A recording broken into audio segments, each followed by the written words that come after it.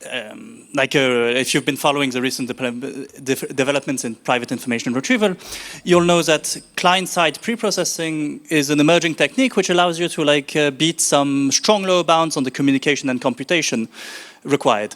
And Jasper is going to tell us about this in the information-theoretic setting. Thank you for the introduction. So today I'll be presenting a joint work, which is on information-theoretic Pierre in the client preprocessing setting. And this is a joint work with UA and Vasilis. So just to quickly overview what a Pierre scheme is, it's essentially an interactive protocol between a single client and one or more servers. Each server inputs a public database D of some fixed size n, and the client inputs an index. And what you want as the output is for the client to retrieve the ith entry of the database, while you want to hide the index or the query I from each of the servers. So traditionally, Pierre focuses on trying to reduce the communication complexity. And one of the reasons is essentially there's a known lower bound. In Jor et al.'s paper, they show that you have to pay linear server computation if you want privacy. But that's often not sort of a good enough answer if you want to use Pierre for a lot of large databases or even moderately large databases. So a lot of work has focused on trying to look at Pierre models where you can overcome this known lower bound. And one of those models is Pierre with client preprocessing. So here the protocol has two phases, an offline and an online phase. So in the offline phase, the client interacts with the servers who has the database, and it prepares a local state, which it uses later on. And this offline phase could be expensive. The servers could perform computation that's linear in the size of the database. And the online phase is when the client receives as input a query, and it performs sublinear communication and computation to retrieve the correct database entry. So this work was sort of work in this line sort of was initiated by Corrigan, Gibbs, and Kogan in 2020. Where they showed that you can achieve square root n computation, online computation, and bandwidth in the two server setting from one-way functions. And all these costs are in up to polylogarithmic factors in this talk. And since then, there has been a sequence of works in the two server setting based on various assumptions, where the focus has usually been on trying to improve the bandwidth, online bandwidth. So a natural question to ask is, could we make do with these cryptographic assumptions altogether? Could we have similar constructions in the information theoretic setting? So we have some positive results in this direction. So firstly, we have a 2T server protocol with threshold 1, where the online bandwidth and the server and client computation scales similar to the Corrigan-Gibbs protocol. And the client storage has an additional overhead of n to the 1 by 2T. And particularly if you set the parameter t to be log n by 2, you end up with the log n server protocol where all the complexities match the original Corrigan-Gibbs complexities in the two server setting. So our protocol template essentially follows the original Corrigan-Gibbs template. So I'll sort of quickly go over that first. So the key building block in the construction is what they refer to as a privately puncturable pseudorandom set. This contains 4 algorithms. A gen, which outputs a short seed or a short key that represents the random set. The set function that expands the shorter key into a random set of size square root n. The test function, which can check whether the set contains a specific element x. And a puncture function, which takes as input the key, an element x, and it outputs a punctured key, which essentially removes x from the corresponding set of k. So security is sort of defined very naturally. You want S to be computationally indistinguishable from a pseudorandom set of size square root n. Test to satisfy the natural definition of correctness. And similarly, you want your puncture to output all the elements of the original set except for x that you removed. And for privacy, you want that the punctured key should hide x as well. So that's the challenging part. So how do you use that primitive to get Pierre with client preprocessing? So in the offline phase, the client essentially samples order square root n random keys, which it sends to the first server. The server responds back by what I refer to as database XOR bits, which is computed as defined. So for each key ki, you expand it to the corresponding set si, and then you compute the XOR of all the database entries corresponding to your set. And this you define as the hint bit hi, which the server will send back to the client. So that's essentially the client state. It ends up with this sort of square root n random keys and the corresponding hint bits. And in the online phase, when the client actually has its query X, essentially what it can do is it can firstly look in its local state to try and find a key K that contains X using the test function. And then later it punctures the key K at X and it sends the punctured key to the second server.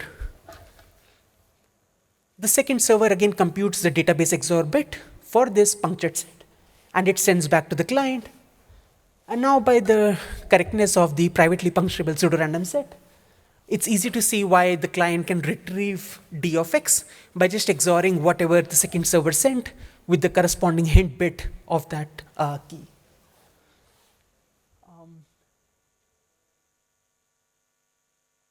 So in the original Corrigan-Gibbs-Kogan paper, they construct this private puncturable pseudorandom set from PRPs, which you get from one-way functions, and they end up with these order square root n complexities in the online phase. So in our work, essentially the challenge is how could you get these sort of puncturable primitives from information-theoretic techniques where you don't have PRPs and LW-based assumptions, LW-based primitives at your disposal. And the key challenge there is to represent these random sets by a short seed such that you can support efficient testing, efficient puncturing, and efficient set enumeration.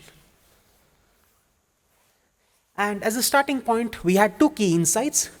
Firstly, we noticed that the Pierre scheme's correctness does not require us to sample random sets that are indistinguishable from arbitrary sets of size square root n.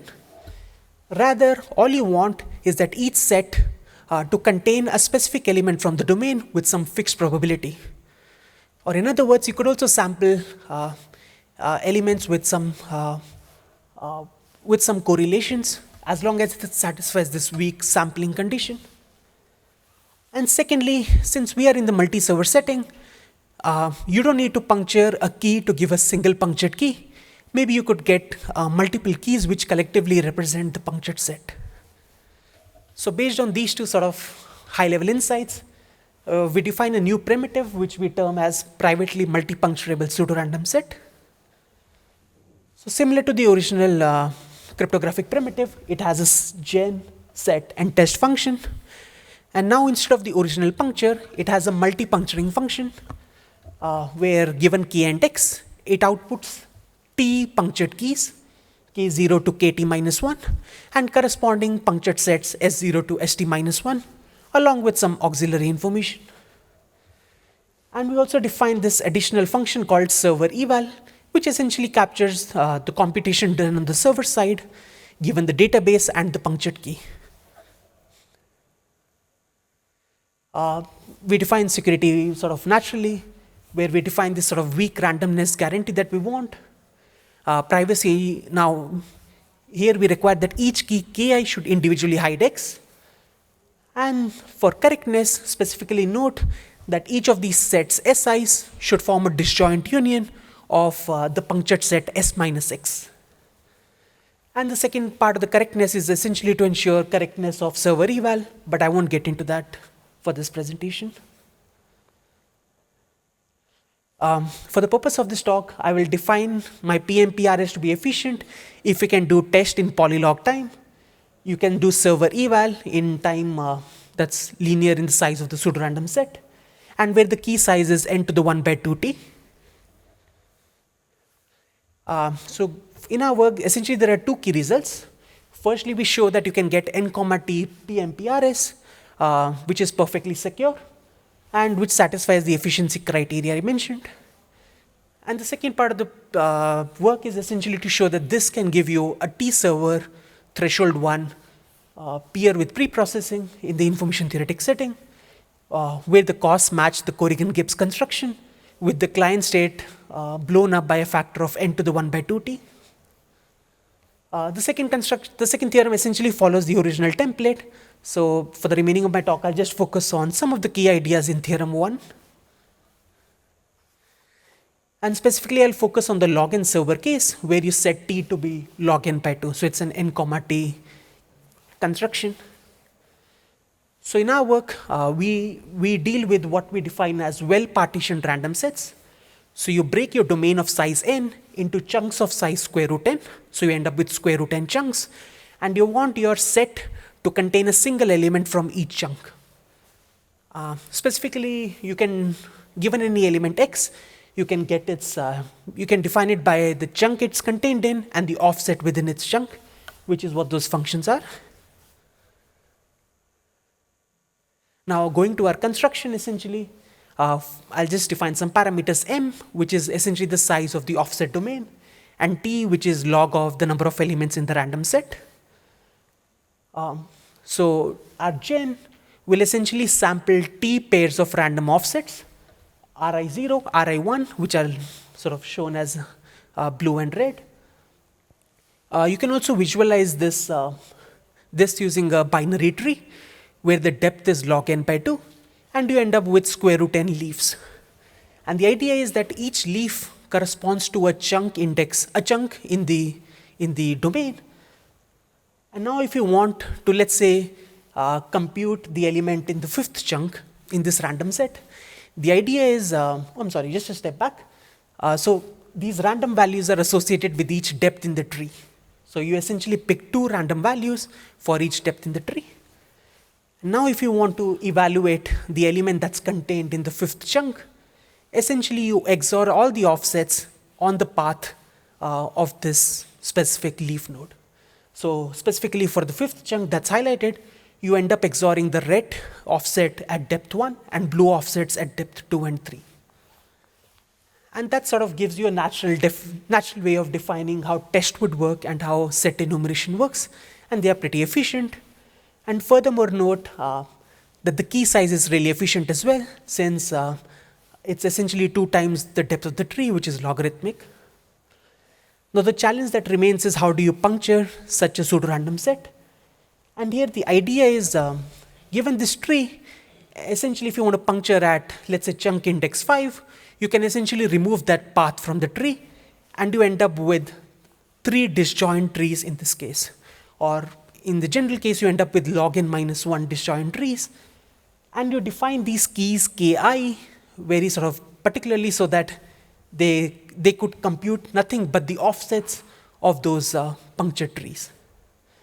I wouldn't get into the details of that given my limited time, but you're free to take a look at a paper for how exactly we define these KIs and how that can ensure sublinear server eval complexity. To just conclude, we introduced this new information-theoretic primitive, privately multi-puncturable pseudo-random set, which in turn gives you non-trivial unconditional peer for arbitrary number of servers. The general construction is based on D-array trees instead of just binary trees. And the key sort of technical challenge there is how do you ensure that the server eval cost remains sublinear because you need to hide the point of puncturing from the servers. So there is some technical challenge there which I couldn't get into. We also sort of improved the communication complexity of this scheme by assuming 40 servers instead of 2T. As a last point, there's also parallel work from this year at Crypto by Yuval Ishai, Elaine Shi, and Daniel Wicks, where they also studied the problem of peer with client preprocessing in the information-theoretic setting, but they focus more on the single server and 2-server case. So naturally, their protocols aren't as efficient as mine in this work, but their techniques and sort of lower bounds are also different than what we have. Thank you.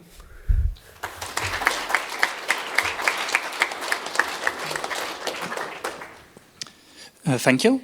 Do we have any questions?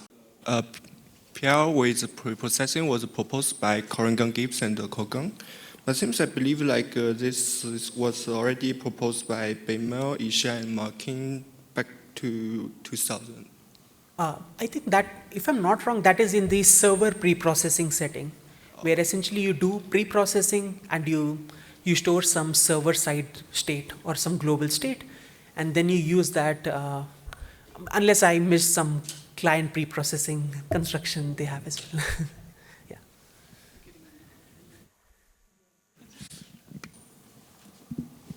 But maybe along the same lines, can you just remind us, like, what was the win from server-side pre-processing versus like what one's able to get with the client-side pre-processing? What's the difference between the in the efficiency gain from between the two? I don't know the server cost at the top of my head, but generally those with sort of global pre-processing, you have to have a superlinear server storage. So in this protocol, there is no storage on the server side, it's just the original database, so you have no server storage overhead. So those constructions usually require sort of restructuring your original database in some sort of, in a more advanced data structure. Yeah. Got it, great, thank you. And are there any lower bounds in your setting? Are your constructions almost optimal, like as in terms of the number of servers and the trade-offs? I remember square root of n was optimal in that model, with, but do you know any optimality? Or? Not in our works. We don't prove any lower bound. So yeah, it seems difficult, but at the same time, yeah, it's open. We don't know how to prove a lower bound yet. Let's thank Jasper again then.